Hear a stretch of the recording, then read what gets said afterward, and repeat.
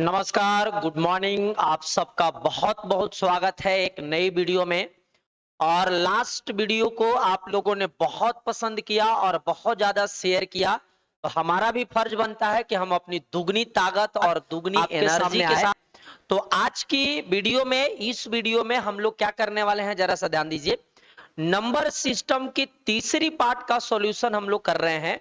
दो पार्ट हमने already complete करा रखी, तो तीसरी पार्ट में हम लोग पढ़ेंगे 31 से लेकर के 45 तक के सवाल का कंप्लीट कंसेप्ट, कंप्लीट ट्रिक और कंप्लीट सॉल्यूशन, बहुत बेहतरीन ढंग से। तो आप आराम से इत्मीनान से पेन और पेपर ले करके बैठिए और शुरू से लेकर के अंत तक वीडियो को एंजॉय करिए। और अपने दोस्तों के बीच, जैसे पिछला वीडियो को आप लोगों ने शेयर किया, उसी तरीके से हम उम्मीद करेंगे कि इस वीडियो को भी आप ज्यादा से ज्यादा शेयर करें।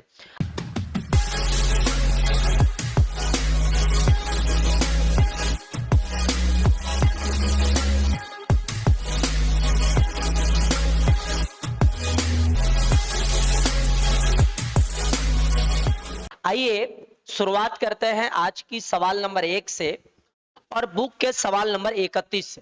बाबू सवाल कहता है कि 1% के आधे का दशमलव भिन्न में मान क्या होगा।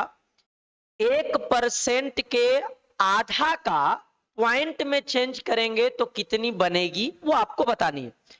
तो सबसे पहले एक बात बताइए कि 1% का मतलब हो गया 1/100।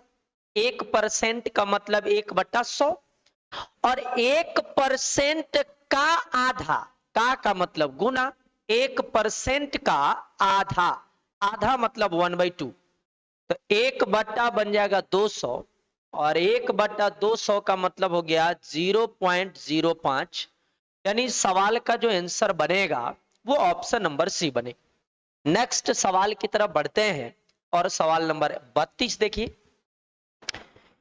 कहता है कि एक खिलाड़ी 5 चक्कर के दौड़ में इतना चक्कर लगा लेता है तो दौड़ का कितना भाग शेष बचेगा। एक खिलाड़ी को टोटल 5 चक्कर दौड़ लगाने थे। उस 5 चक्कर दौड़ में से 5/4 चक्कर दौड़ वो लगा लिया, तो कितना दौड़ बच गया। बाबू ध्यान दीजिए, टोटल दौड़ 5 मीटर का है। यदि वो इतना मीटर दौड़ लगा लिया, लगाया हुआ दौड़ घटाइएगा तो शेष भाग आ जाएगा एलसीएम 4 और 4 पंचे 20 में से 5 घटेगा तो 15/4 शेष बच गया है, जो कि ऑप्शन नंबर कौन बाबू, ए नंबर सवाल का आंसर आएगा। 5 मीटर की दौड़ में यदि 5/4 मीटर वो दौड़ चुका है तो दौड़ा हुआ डिस्टेंस घटा देंगे तो शेष दूरी आ जाएगा, जो कि बचा हुआ है इतना बाबू। नेक्स्ट आइए। अब ये 33 नंबर सवाल जो है वो इकाई अंक से रिलेट कर रहा है। यूनिट डिजिट के कंसेप्ट है, बहुत बेहतरीन कंसेप्ट होती है। इकाई अंक के जो सवाल होते हैं ना, एक अच्छे लेवल पर जाती है जब सवाल का कंसेप्ट, लेकिन बहुत चूंकि लिमिटेड कंसेप्ट है इकाई अंक में, अनलिमिटेड नहीं है। तो आप इत्मीनान से कुछ कुछ कंसेप्ट समझते चलिए और सवाल को सोल्व करते चलेंगे। देखिए, इकाई अंक जब निकालना रहता है तो रोल प्ले केवल इकाई अंक करता है, बाकी डिजिट से हमें कोई मतलब नहीं रहता है। तो यहां पर रोल प्ले 1 करेगा, यहां पर भी रोल प्ले 1 करेगा। तो एक नियम आप सीखिए कि 1 के पावर में 1 करते हैं तो इकाई अंक 1 बनता है। 1 के पावर में 2 भी करेंगे तो भी इकाई अंक 1 ही बनेगा। 1 के पावर 3 भी करेंगे तो इकाई अंक 1 ही बनेगा। यानी नियम कहता है कि 1 के पावर में आप कुछ रख दोगे तो जो यूनिट डिजिट बनेगा वो 1 बनेगा। यदि आप 5 के पावर में भी कुछ रख देंगे तो यूनिट डिजिट 5 ही बनेगा। 6 के पावर में भी कुछ रख दीजिएगा तो भी इकाई अंक यूनिट डिजिट 6 ही बनेगा। और 0 के पावर में भी कुछ रख देंगे तो जो यूनिट डिजिट बनेगा वो क्या हो जाता है, 0 होता है। यानी 4 डिजिट ऐसे हैं जिनके पावर में आप कुछ भी रख देंगे, कितना भी नंबर चढ़ा देंगे, तो जो इकाई अंक बन करके आएगा, जो यूनिट डिजिट बन करके आएगा, वो हमेशा कितना आएगा, सेम आ जाता है। 5 का 5, 6 का 6, 0 का 0, 1 का 1 बाबू। तो अभी कंसेप्ट एक बात बताइए कि यहाँ इकाई अंक 5 है और 1 के पावर समथिंग, तो इकाई अंक 1 प्लस यहाँ भी 1 के पावर समथिंग, तो इकाई अंक 1 माइनस 6 के पावर समथिंग, तो इकाई अंक 6 और 5 के पावर समथिंग, तो इकाई अंक 5। यहां भी 6 के पावर समथिंग, तो 6 और प्लस में ये तो 9 ज्यों का त्यों, तो 9 बाबू। अब यहां से देखिए ध्यान से कि -6 और -6 -12 हो जाएगा, खैर बाद में। 1 का 1 2, 2 और 5 7, 7 और 9 16 और 6 और 6 जोड़ेंगे तो -12 हो जाएगा। कितना बाबू, 4। यानी जो यूनिट डिजिट बनेगा वो 4 के बराबर बनेगा। कभी कभी सवाल में बनाते समय, सवाल का सॉल्यूशन निकालते समय आपके सामने एक प्रॉब्लम खड़ा आएगा कि जब आप इकाई अंक का कैलकुलेशन करेंगे और केवल इकाई अंक निकालने का कोशिश करेंगे तो यूनिट डिजिट कभी निगेटिव में आ जाएगा। तो कभी यदि यूनिट डिजिट निगेटिव में आ जाए, तो चूंकि ऑप्शन में कहीं भी इकाई अंक निगेटिव में नहीं रहेगा, तो उसको फिर हमें पॉजिटिव में कन्वर्ट करना होता है। तो पॉजिटिव में कन्वर्ट करने का फंक्शन क्या होता है भाई, कि 10 में से निगेटिव वाला इकाई अंक को घटा दीजिए तो पॉजिटिव में इकाई अंक आ जाएगा। कभी यदि निगेटिव में आए तब, यदि पॉजिटिव में आ गया तो हमारा वही सवाल का उत्तर बनेगा, उसमें कुछ भी बदलाव करने की जरूरत नहीं। लेकिन निगेटिव में आ जाएगा तो 10 में से निगेटिव वाला इकाई अंक घटा दीजिएगा तो पॉजिटिव आ जाता है। आता है, बहुत बार सवाल में आया हुआ है। आइए नेक्स्ट सवाल की तरफ बढ़ते हैं।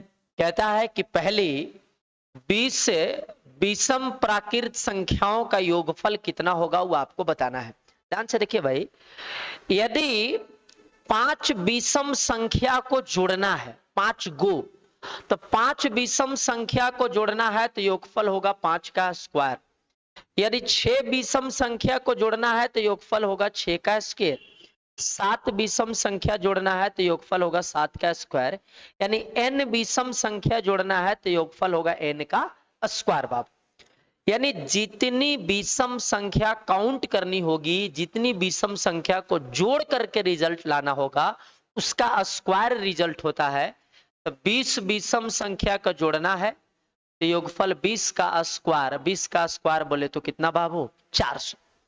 यदि सवाल कहता कि 100 विषम संख्याओं का योगफल क्या होगा, तो लिख देते 100 का स्क्वायर। 50 विषम संख्या का योगफल क्या होगा, तो आप कहते 50 का स्क्वायर।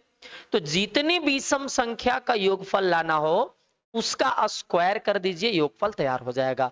क्लियर है। आइए नेक्स्ट सवाल की तरफ बढ़ते हैं। बहुत अच्छी सवाल अभी है, थोड़ा कैलकुलेटिव पार्ट है, अच्छा है।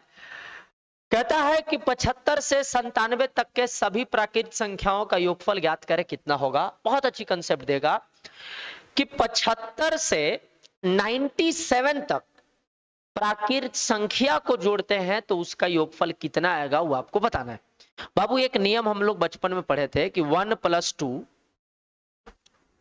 + 3 यदि n तक जोड़ना हो तो इसका योगफल का फार्मूला होता है n × n + 1/2। ये होता है, हम लोग जानते हैं। लेकिन ये अप्लाई तब होता है जब 1 से लेकर के लगातार प्राकृत संख्या चलता है। तो अभी तो सवाल 1 से नहीं बोला, सवाल बोला है 75 से 97 तक।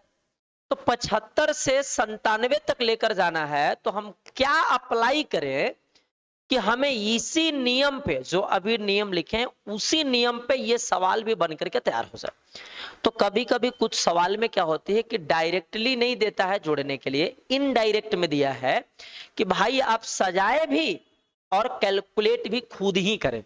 यानी कहने का क्या मतलब है कि यदि 75 से 97 तक जोड़ना है तो पहले 1 से 97 तक जोड़ लीजिए, ठीक है, और उसमें से 1 से 74 तक हटा लीजिए। 1 2 3 लगातार 74 तक उसमें से क्या कर लीजिए, घटा लीजिए। तो 1 से लेकर 97 तक के योग में से 1 से 74 तक के योग घटाइएगा तो आपका 75 से 97 तक का योगफल आ जाएगा। अब यहां से दो फंक्शन काम करेगा बाबू, एक फंक्शन में n 97 होगा और एक फंक्शन में n 74 होगा। तो इस फंक्शन को जोड़ेंगे तो n इंटू एन प्लस 1 और बट्टा में 2, यहां भी n इंटू एन प्लस 1 और बट्टा में 2। बाबू ये दोनों को कैलकुलेट करके गुना करके और घटा करके आंसर निकालिएगा, कोई ना कोई ऑप्शन में चारों में आ जाएगा। ये आपका ड्यूटी रहा, होमवर्क रहा कि इसका आंसर आप खुद से निकालें काट करके। चलिए नेक्स्ट सवाल पे चलते हैं कि 100 से 200 के बीच ऐसी सभी प्राकृत संख्या का योग बताएं जो कि 3 का गुणज है। बाबू जरा से गौर करो, 3 का गुणज है, इसका मतलब 3 से मल्टीपल या 3 से कटने वाली जो संख्या है उन संख्याओं का योगफल क्या होगा। कहने का मतलब है कि कभी भी 3 से कटने वाला नंबर दे दिया, 5 से कटने वाला नंबर दे दिया, 12 से कटने वाला नंबर दे दिया, इसका मतलब है कि वो अरिथमेटिकल प्रोग्रेशन पे बैठाता है, समानांतर श्रेणी पे बैठाता है। तो बाबू ऐसे बताओ कि आपका जो ये बाउंड्री 100 से लेकर के 200 तक दिया है, आप अपने बाउंड्री में सोचिए कि ऐसा कौन नंबर है जो पहली संख्या है जो 3 से कट रहा है लेकिन बाउंड्री में। तो 100 से ऊपर की तरफ बढ़ते हैं तो 3 से कटने वाली जो पहली नंबर आएगा वो 102 आएगा, ठीक है। और 200 से नीचे जो 3 से कटने वाला नंबर होगा वो लास्ट वाला नंबर कौन हो जाएगा, 198। और 3 से कटने वाला का डिफरेंसेस भी कितना का चलेगा बाबू, 3 का चलेगा, क्योंकि 102 कटेगा, 105 कटेगा, 108 कटेगा, 111 कटेगा, मतलब 3 से ही डिफरेंस बन करके तैयार होगा। तो डिफरेंस 3 हो गई। तो बाबू फर्स्ट मालूम, लास्ट मालूम और डिफरेंस मालूम है, तो हम लोग यहां से n निकालिए। तो यदि मैं n निकालता हूं, n का फार्मूला होता है लास्ट माइनस फर्स्ट बट्टा d प्लस 1। कहने का क्या मतलब हो गया कि लास्ट बोले तो 198 और माइनस फर्स्ट बोले तो 102, तो आ जाएगा 96 और बट्टा में डिफरेंस 3 और प्लस में 1, 3 से काटेंगे तो 32 और 32 और 1 कितना हो जाएगा 33, यानी n का मान आ गया 33। तो बाबू n मालूम, डिफरेंस मालूम, लास्ट मालूम और फर्स्ट मालूम है, तो सम ऑफ n टर्म्स बराबर होता है n/2 into first plus last. यह फार्मूला जानते हैं, फार्मूला एपी का फार्मूला है। एपी का एक और फार्मूला है जो ज्यादातर यूज होता है केस में, वो होता है n/2 into 2a plus n-1 into D. यह भी फार्मूला है, लेकिन चूंकि ये वाला फार्मूला हम इसलिए यूज कर रहे हैं क्योंकि फर्स्ट और लास्ट दोनों टर्म हमको मालूम है, तो हम इस फार्मूला से इजीली बना पाएंगे। आप ऊपर वाला से भी बनाएंगे तो सेम ही आएगी रिजल्ट। तो यहां रखिए बाबू n/2 यानी 33/2 इंटू फर्स्ट प्लस लास्ट, यानी 102 में 198 जोड़ते हैं तो 300 आएगा, और 2 से 300 को काटेंगे तो 150, और कैलकुलेट करते हैं तो 15 या 45 के 5 हासिल 4, 15 या 45 और 4 49, 4950 आएगा, जो कि ऑप्शन नंबर कौन हो जाएगा, बी नंबर। आप यहां पर भी सवाल को अप्लाई करके आंसर निकाला जा सकता था, सॉरी यहां तो निकाले ही है, यहां पर भी अप्लाई करके निकाल सकते थे। इस इक्वेशन में, इस फार्मूला में लास्ट टर्म की रिक्वायरमेंट नहीं होती है, लेकिन यदि एरिथमेटिकल प्रोग्रेशन में लास्ट टर्म मालूम है तो आप इसी फार्मूला से बनाने का प्रयास करिए, ज्यादा आसान वे में बन जाती है। आइए नेक्स्ट सवाल पर चलते हैं, देखते हैं नेक्स्ट सवाल क्या कहता है भाई, कि 3 क्रमिक पूर्णांकों के वर्गों का योगफल 2030 है, तो बीच का पूर्णांक ज्ञात करें कितना होगा। बहुत खतरनाक सवाल है, बहुत खतरनाक सवाल है, लेकिन बनता बहुत आसान भाषा में है कि 3 लगातार प्राकृत संख्या के वर्गों का योग। मान लेते हैं कि 3 लगातार प्राकृत संख्या x, x+1 और x+2 है। अब इन तीनों लगातार संख्या के वर्गों का योग, यानी तीनों के वर्ग करके जोड़ दिया और वो योगफल 2030 है। बाबू एक बात बताओ, इसको जब आप सॉर्ट आउट करेंगे तो एक x का सर्टेन मान आएगा और वही x का मान x+1 कर देंगे तो बीच वाला नंबर प्राप्त हो जाएगा। लेकिन जिस तरीके से सवाल ऑप्शनल है, ऑब्जेक्टिव सवाल डिजाइन किया है और उसके बावजूद भी आप ऐसा मेथड से बनाते हैं तो कहीं ना कहीं आप बहुत बच्चे से पीछे रह जाएंगे। चूंकि आप हमारा वीडियोस देख रहे हैं और हमारा प्रयास है कि हम बेस्ट कंसेप्ट आपको दें, तो बेस्ट कंसेप्ट इसमें क्या कहता है कि यदि 3 प्राकृत संख्या के वर्गों का योग दिया है तो उसमें आप 3 से डिवाइड करते हैं तो डायरेक्ट बीच वाला नंबर का स्क्वायर आ जाएगा। तो 3 से डिवाइड करेंगे तो बीच वाला नंबर आ जाएगा कितना भाई, 676। बोलो कितना आ जाएगा, बोलो जल्दी से, 676। इससे इसको काट दिए तो 676 जो आया है वो आया बीच वाला नंबर का स्क्वायर।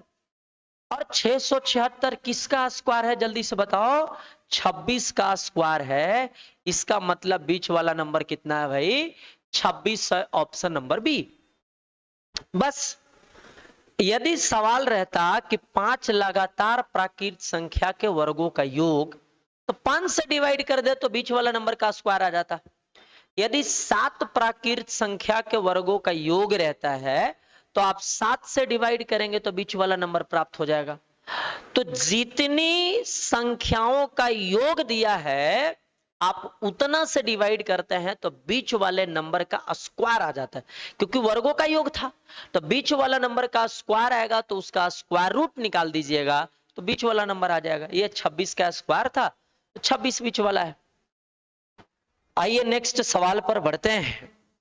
कहता है भाई कि इसको गुना करने पर इसके बराबर क्या होगा। एक बात बताओ कि 72 से गुना करके रिजल्ट दिया है, 72 का मतलब 9 गुने 8, यानी जो संख्या 9 से कटेगा और 8 से भी कटेगा वो संख्या कंफर्म है कि 72 से भी कटेगा। क्योंकि सवाल जिस तरीके से डिजाइन किया है, क्योंकि सवाल ऑलरेडी एग्जाम में पूछा हुआ है, तो इसको सोल्व करने का तरीका है कि 9 के डिविजिबिलिटी रूल लगा दीजिए, 9 से कटने वाली संख्या का नियम लगा दीजिए।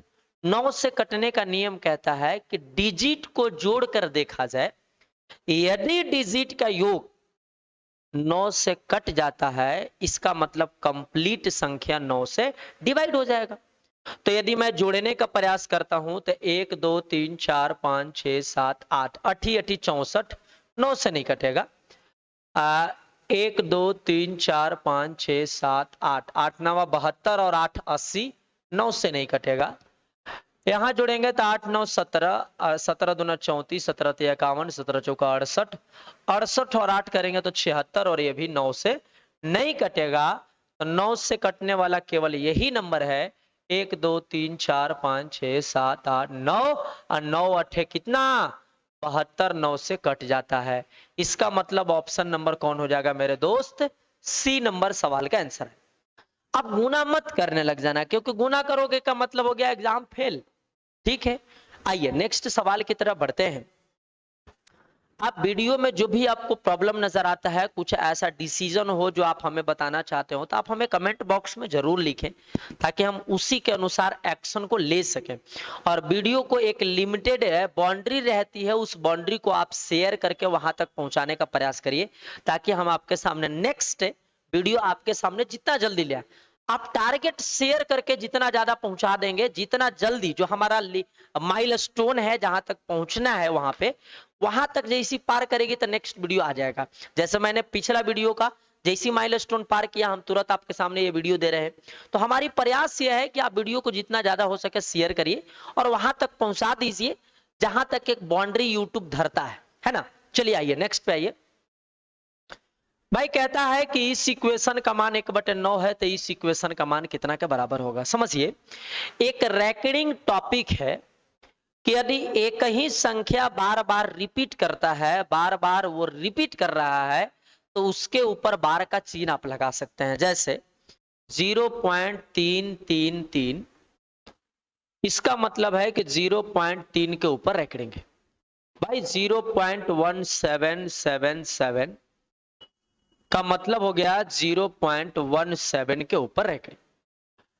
यानी यदि मैं इसको रैकडिंग को भिन्न में चेंज करता हूं तो रैकडिंग को भिन्न में चेंज करने पर बट्टा में या तो 9 आएगा और नहीं तो 90 आएगा, 99 आएगा, 999 आएगा, 900 आएगा, ऐसा आता है। मतलब कहने का क्या मतलब है, हमारी बातों को समझिए कि यदि मुझे इसको भिन्न में चेंज करना हो, यदि लिखना रहेगा तो लिख देंगे 0.4 के ऊपर रैकडिंग, लेकिन यदि इसे हमें भिन्न में चेंज करना हो तो दशमलव के पहले यदि 0 है तो दशमलव और 0 से कोई मतलब नहीं है, दशमलव के बाद वाला नंबर को लिखिए 4, जितने अंक पर रैकडिंग है उतने बट्टा में 9 लिख दीजिए। तो एक अंक पे रैकडिंग बैठ रही है तो एक अंक बट्टा में 9 आ जाएगा, और जितना बिना रैकडिंग का रहता है उतना बट्टा में 0 आता है। चूंकि हमें बिना रैकडिंग का एक भी डाटा नहीं है, एक ही है जिस पर रैकडिंग है, तो बट्टा में 1/9। आंसर 4/9 देख लो कौन है भाई, ऑप्शन नंबर डी। रैकडिंग बहुत अच्छी कंसेप्ट देगी और बहुत अच्छी अच्छी सवाल आगे चल करके आएगी। आप धीरे धीरे बने रहिए हमारी सेशन में, आप वीडियो को लगातार देखिए और जो जो हम वीडियो डालते चले जा रहे हैं पर डे या अल्टरनेट डे में, आप जरूर देखते जाएं। सुनिए, दो संख्याओं का योगफल तथा गुणनफल 12 और 35 है, उनके व्युत्क्रम का योग कितना होगा बताना है। भाई दो संख्या के योग यानी a प्लस बी, योगफल 12 है, और दो संख्या के गुणनफल यानी a इंटू बी 35 है। भाई यदि दो संख्या का योगफल 12 है और दोनों का गुणनफल 35 है तो उन नंबर का रिवर्स का योग क्या होगा, यानी 1/a प्लस 1/b का मान क्या होगा। एलसीएम ए बी हो जाएगा और ऊपर में a plus B, a plus B का मान रखते हैं भाई तो 12 और ए बी का मान 35, यानी 12/35 सवाल का आंसर हो रहा होगा, जो कि सवाल का आंसर ऑप्शन नंबर कौन, सी नंबर आ। आप इस सवाल को दूसरी भाषा में भी सोच सकते थे कि भाई ऐसे दो संख्या कौन कौन है जिसको गुना करेंगे तो 35 आएगा और जोड़ेंगे तो 12 आएगा। तो आप कहेंगे कि सर आप इसको 7 सोच लीजिए, इसको 5 सोच लीजिए। 7 और 5 जोड़ेंगे तो 12 और 7 और 5 मल्टीप्लाई होगा तो 35 आ जाएगी।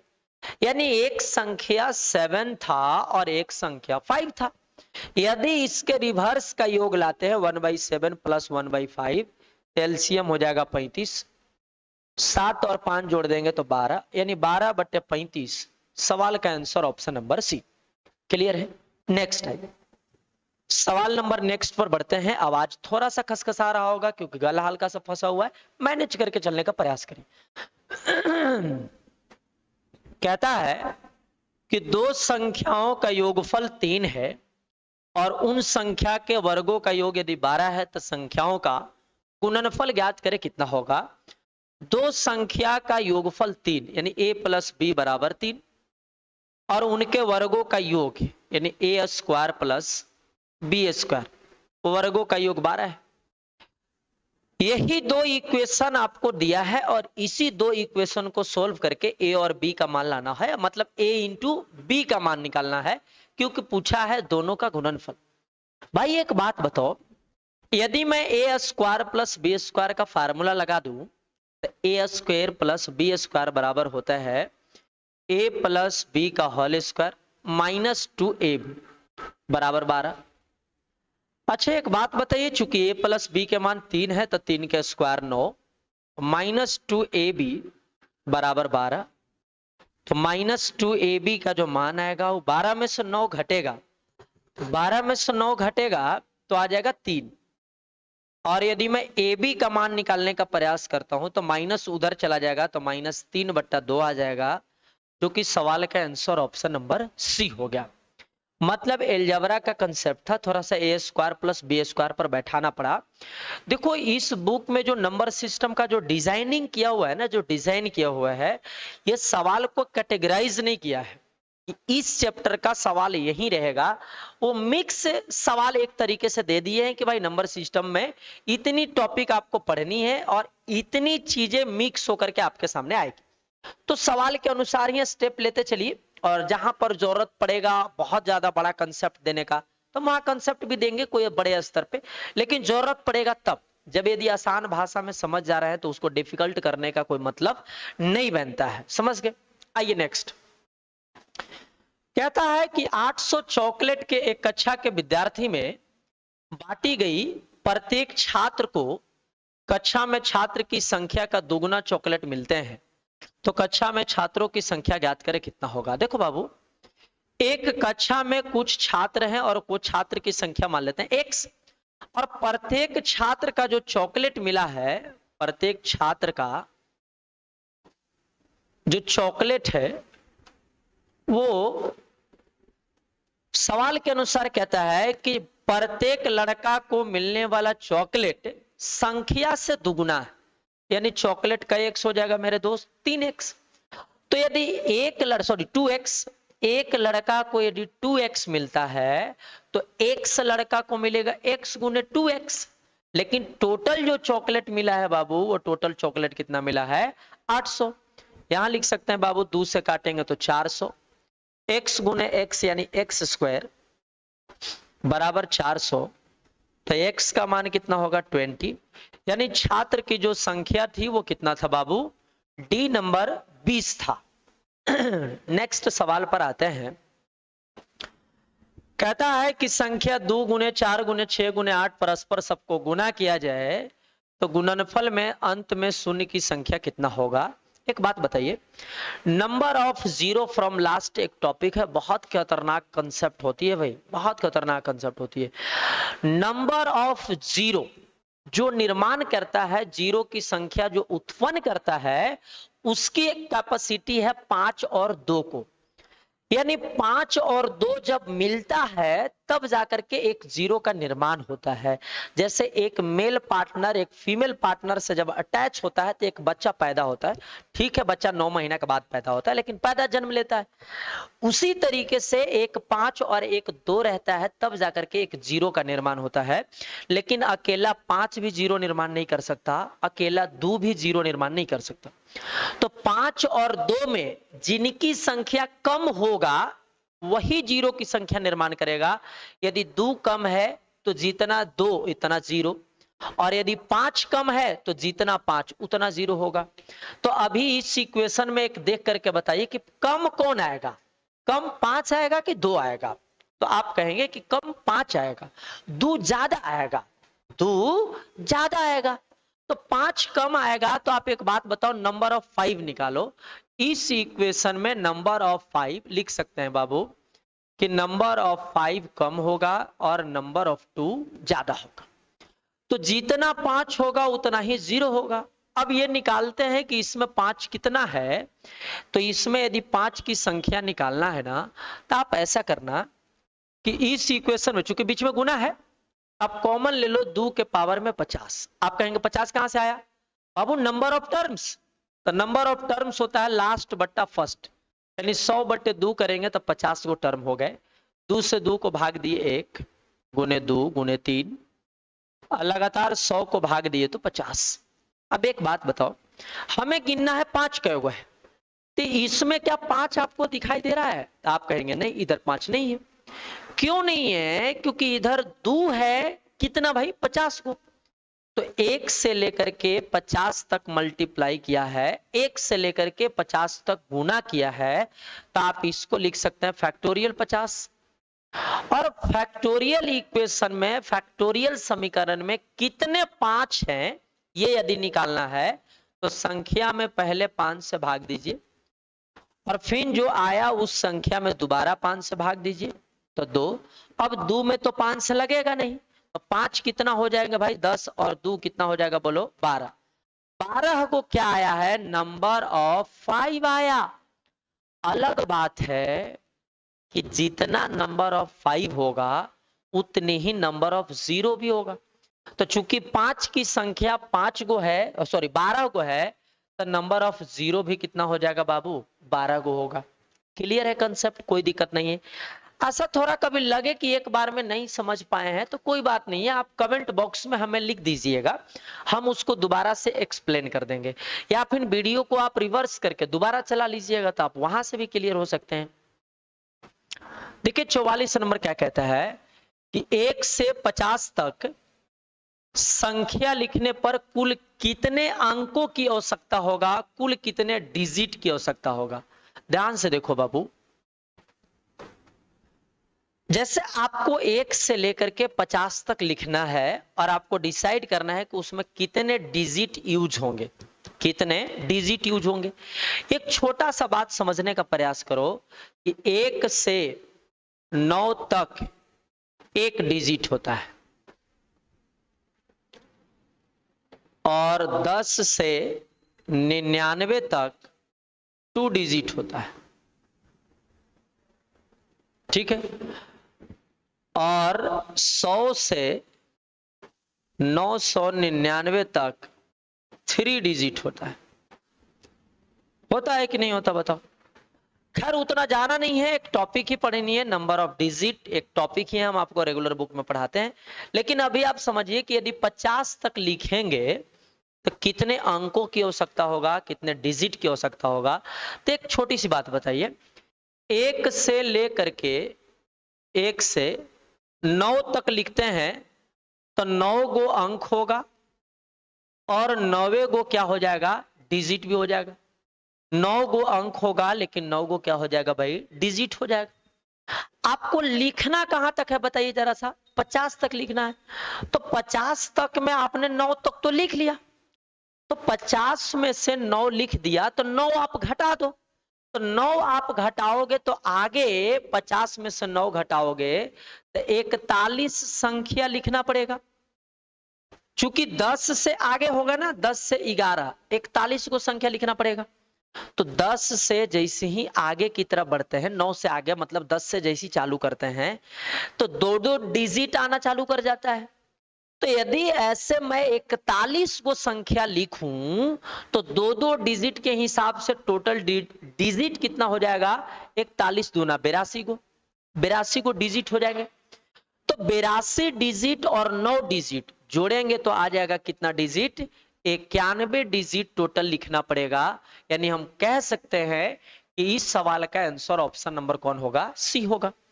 तो बाबू जरूरत के हिसाब से काम करनी है, बहुत ज्यादा स्ट्रेस नहीं लेनी, छोटी छोटी सवाल है, एक बार में क्लियर नहीं होगा, दोबारा देख करके क्लियर करिए, लेकिन क्लियर हो जाएगा। क्लियर है।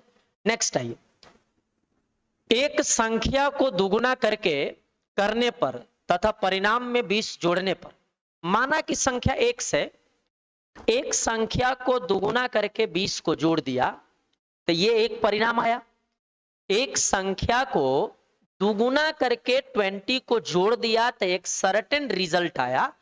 तो कहता है कि वही उत्तर प्राप्त होता है जितना कि उस संख्या को 8 से गुना करके परिणाम में 4 की कमी कर दिया जाता है।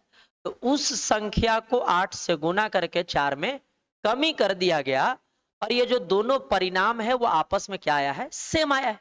एक बार फिर से सुनिए, सवाल कहता है कि एक संख्या को दुगुना करके 20 को जोड़िए और उसी संख्या को 8 गुना करके 4 घटाइए, तो ये जो दोनों परिणाम आ रहे हैं वो आपस में बराबर आ रहे हैं। ये सवाल के अकॉर्डिंग है। यदि मैं सॉर्ट आउट करता हूं तो 2x उधर जाएगा तो 6x हो जाएगा और -4 इधर आके +4 हो जाएगा तो 24 में कन्वर्ट हो जाएगा और 6 से काट देंगे तो x का मान बोलिए कितना हो जाएगा, 4। यानी वो जो संख्या है, वो जो नंबर है वो कितना है बाबू, 4 है। तो इस पार्ट में, इस सेशन में हमने कोशिश किया कि 15 सवाल आपको बहुत बेहतरीन ढंग से समझाया जाए। तो आप वीडियो को ज्यादा से ज्यादा कोशिश करिए बच्चों के बीच डिलीवर करने का, ज्यादा से ज्यादा बच्चों के बीच पहुंचाने का। तो चलिए मिलते हैं नेक्स्ट सेशन में। वीडियो को लाइक करिए, सब्सक्राइब करिए और शेयर करिए। धन्यवाद, थैंक यू।